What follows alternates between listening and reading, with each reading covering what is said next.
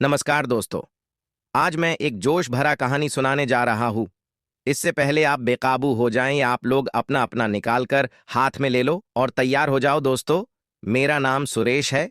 मेरी उम्र 26 साल है और मैं हरियाणा का रहने वाला हूँ। आज से 2 साल पहले मेरी भरतपुर जिले में सरकारी नौकरी लगी थी। उस समय मेरी शादी नहीं हुई थी, तो खाना बनाने के काम के लिए मैं अपनी बहन को अपने साथ ले गया। उसका नाम पूजा है। मेरी बहन उस वक्त 18 साल की थी। वो दिखने में बहुत खूबसूरत थी। और उसके पीछे सारे लड़के दीवाने थे। पहले मैं अकेला भरतपुर गया था, नौकरी ज्वाइन की और किराए पर कमरा लिया। मेरी नौकरी एक गांव के सरकारी स्कूल में बाबू की थी। स्कूल मेरे कमरे से 10 किलोमीटर दूर था। मैं रोज सुबह 8 बजे बस से जाता और दोपहर बाद 1 बजे बस से ही वापस आता। मेरा कमरा मकान मालिक के घर के साइड के प्लाट में था। बाथरूम कमरे के बाहर था। वहाँ 4 कमरे किराए पर देने के लिए ही बनाए गए थे, लेकिन सब खाली थे। बस एक कमरे में मैं ही रहता था। मकान मालिक के घर में 4 लोग थे। मकान मालिक, उसकी बीवी और 2 बेटे थे। उसका बड़ा बेटा 23 से 24 साल का होगा। उसका नाम हीरालाल था, जबकि छोटा बेटा 18 से 19 साल का रहा होगा। उसका नाम था हरिलाल था। मैंने 10 दिन नौकरी करने के बाद छुट्टी ली और अपनी बहन को ले आया। वे सभी मेरी बहन को देखकर खुश हुए और मुझसे कहा, आराम से रहना, कोई परेशानी हो तो बताना। कमरा बड़ा था तो मकान मालिक ने हमें अलग अलग चारपाई दी थी। अब हम लोग वहाँ रहने लगे। उस समय हमारे पास एक ही फोन था जिसे मैं काम में लेता था। मेरी बहन रोज सुबह नाश्ता बनाकर तैयार करती, मैं खाकर स्कूल जाता और फिर जब वापस आता तब तक वो कपड़े वगैरह धोती, नहाती, सफाई करती और खाना बनाकर तैयार रखती थी। मैं खाना खाकर सो जाता था, फिर वह फोन देखती और कभी कभी वह भी सो जाती थी। रात का खाना हो जाने के बाद हम घर पर फोन करते थे। उसके बाद पूजा कुछ देर पढ़ाई करती और मैं फोन देखता। जब हम सोने के लिए लाइट बंद करके लेट जाते, उसके थोड़ी देर बाद मैं वो वीडियो देखने लगता। वह बस करवट बदलती और ऐसा दिखाती जैसे नींद में है, या वो सच में नींद में होती थी, मुझे पता नहीं चलता था। कुछ दिन ऐसा ही चलता रहा, लेकिन कुछ नहीं हुआ। एक दिन मैं स्कूल जाने के लिए लेट हो गया। मेरी बस निकल गई तो मैं बस स्टैंड पर दूसरी बस का इंतजार करने लगा जो 9 बजे आती थी। 9 बजने ही वाले थे, तभी स्कूल से फोन आया और उन्होंने कहा, कोई बात नहीं, आज मत आइए, लेट हो गए हैं, आपकी हाजिरी नहीं होगी। फिर मैं वापस कमरे पर आ गया। जैसे ही मैं प्लाट में घुसा, मैंने देखा कि मकान मालिक का बेटा सुनील दरवाजे के अंदर झांक रहा था, लेकिन मुझे देखकर वो अपने घर चला गया। मैंने रूम की तरफ देखा तो बंद था। मैं समझ गया कि बाथरूम में मेरी बहन नहा रही होगी। फिर मैं रूम में चला गया। थोड़ी देर बाद बहन आई तो मैंने उसे सब बताया, तो उसने कहा कि भैया जाने दो, उसे नजरअंदाज करो। फिर वह खाना बनाने लग गई। शाम को बहन फोन में लगी थी और मैं छत पर घूम रहा था। तभी मेरी नजर सुनील पर पड़ी। वह भी अपनी छत पर घूम रहा था और बार बार मेरी तरफ देखकर नजर हटा रहा था। तभी मैंने आवाज देकर बोला, सुनील, मैं आ जाऊं वहां?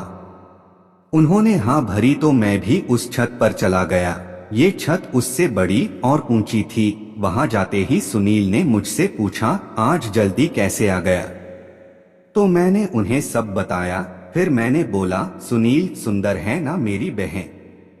यह सुनकर सुनील के चेहरे पर मुस्कान आ गई और वह बोला, हाँ बहुत सुंदर है। तो मैंने बोला कि वो है तो मेरी बहन, लेकिन मुझे वो कुछ और नजर आती है। सुनील बोला, मैं समझा नहीं। तो मैंने उसे बताया कि तुम कोशिश करो, अगर तुम्हारा काम हो जाएगा तो मैं भी उस पर कोशिश करूंगा। सुनील पूछा, वो कैसे? तो मैंने उसे बताया कि बस तुम कुछ फोटो या वीडियो बना लेना, उसे दिखाकर मैं भी अपना काम निकाल लूंगा। इसमें मेरा और तुम्हारा दोनों का भला होगा। इतना सुनते ही सुनील मान गया। फिर हम दोनों छत के कोने पर गए। वहां से मेरी बहन दरवाजे पर बैठी फोन चलाती दिख रही थी। हमने बहन की तरफ देखकर हाथ मिलाया। अगले दिन मैं छत पर सुनील से मिला तो उसने सब बताया कि दिन में क्या क्या हुआ। फिर कुछ दिन मैं काफी व्यस्त था तो सुनील से नहीं मिला और वो भी इधर नहीं आया। मैंने कुछ कोशिश भी नहीं की। फिर एक दिन दोपहर को मैं स्कूल से आया, तब हम बैठे थे, तभी पूजा बोली, सुनील भैया कहीं दिखते नहीं, अब कहीं बाहर गए हैं क्या? यह सुनकर तो मेरे दिल की धड़कन तेज हो गई। मुझे लगा शायद ये मान गई है। मैंने बोला, पता नहीं, मेरी भी बात नहीं हुई उससे। उसके बाद मैंने सुनील को फोन किया और शाम को छत पर मिलने के लिए बुलाया। वे मुझे देखकर खुश होते हुए बोले, काम हो गया क्या? मैंने बोला, ऐसा ही समझो। फिर मैंने सुनील को बताया कि पूजा पूछ रही थी तुम्हारे बारे में, तो सुनील बहुत खुश हुआ और बोला, अभी जाऊं क्या उसके पास? मैंने बोला, नहीं, 2 दिन बाद जाना। अब सुनील मान गया। 2 दिन बाद वह शाम के समय कमरे पर आया। उसे देखकर मेरी बहन बहुत खुश हुई।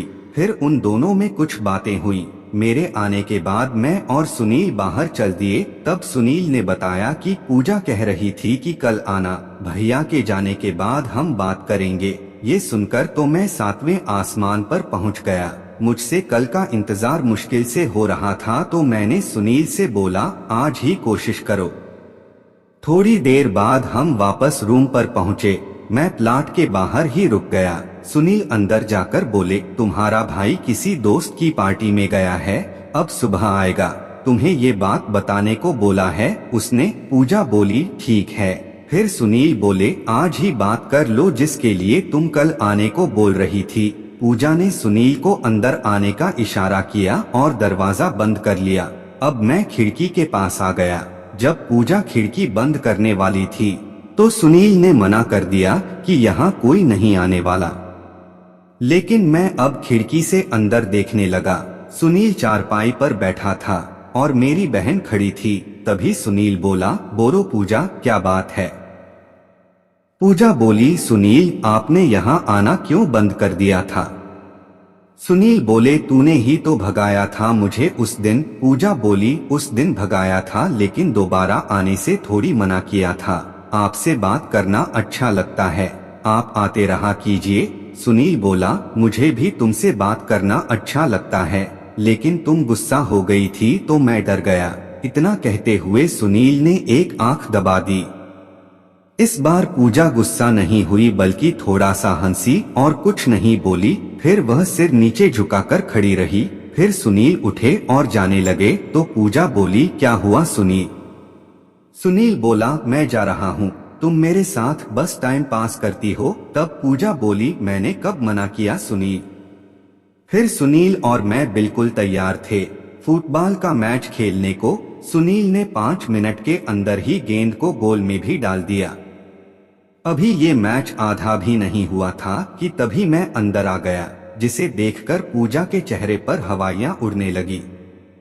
सुनील मुझे देखकर मुस्कुराने लगा, मैं भी मुस्कुराने लगा, लेकिन पूजा को कुछ भी समझ नहीं आया कि ये दोनों मुस्कुरा क्यों रहे हैं। फिर पूजा को तब समझ आया जब एक ही बार में 2 गोल हो गए। शुरू में तो मैच काफी टफ लग रहा था, लेकिन समय के साथ इसमें आनंद आने लगा। लेकिन इतना अधिक बार गोल दागा जाएगा शायद ये पूजा को पता नहीं था। मैच के बाद वो बेहाल सी हो गई और 1 घंटे तक थकन के कारण सब ऐसे ही पड़े रहे। जब कुछ सामान्य हुए तो पूजा चल भी नहीं पा रही थी, लेकिन मैच खेलने की खुशी उसके चेहरे पर साफ देखी जा सकती थी। उसने हम दोनों को धन्यवाद दिया, लेकिन समय के साथ इस मैच में इजाफा होता गया। अब तो सप्ताह में 3 बार ये वाला मैच होने लगा था। फिर पूजा को तब समझ आया जब एक ही बार में 2 गोल हो गए। शुरू में तो मैच काफी टफ लग रहा था, लेकिन समय के साथ इसमें आनंद आने लगा। लेकिन इतना अधिक बार गोल दागा जाएगा शायद ये पूजा को पता नहीं था। मैच के बाद वो बेहाल सी हो गई और 1 घंटे तक थकन के कारण सब ऐसे ही पड़े रहे। जब कुछ सामान्य हुए तो पूजा चल भी नहीं पा रही थी, लेकिन मैच खेलने की खुशी उसके चेहरे पर साफ देखी जा सकती थी। उसने हम दोनों को धन्यवाद दिया, लेकिन समय के साथ इस मैच में इजाफा होता गया। अब तो सप्ताह में 3 बार ये वाला मैच होने लगा था। धीरे धीरे पूजा ने सुनील को पसंद करने लगी और मौका देखकर हम दोनों शादी करा दिया। दोस्तों, हमारी कहानी कैसी लगी जरूर बताएं और हमारे चैनल को सब्सक्राइब करें। धन्यवाद।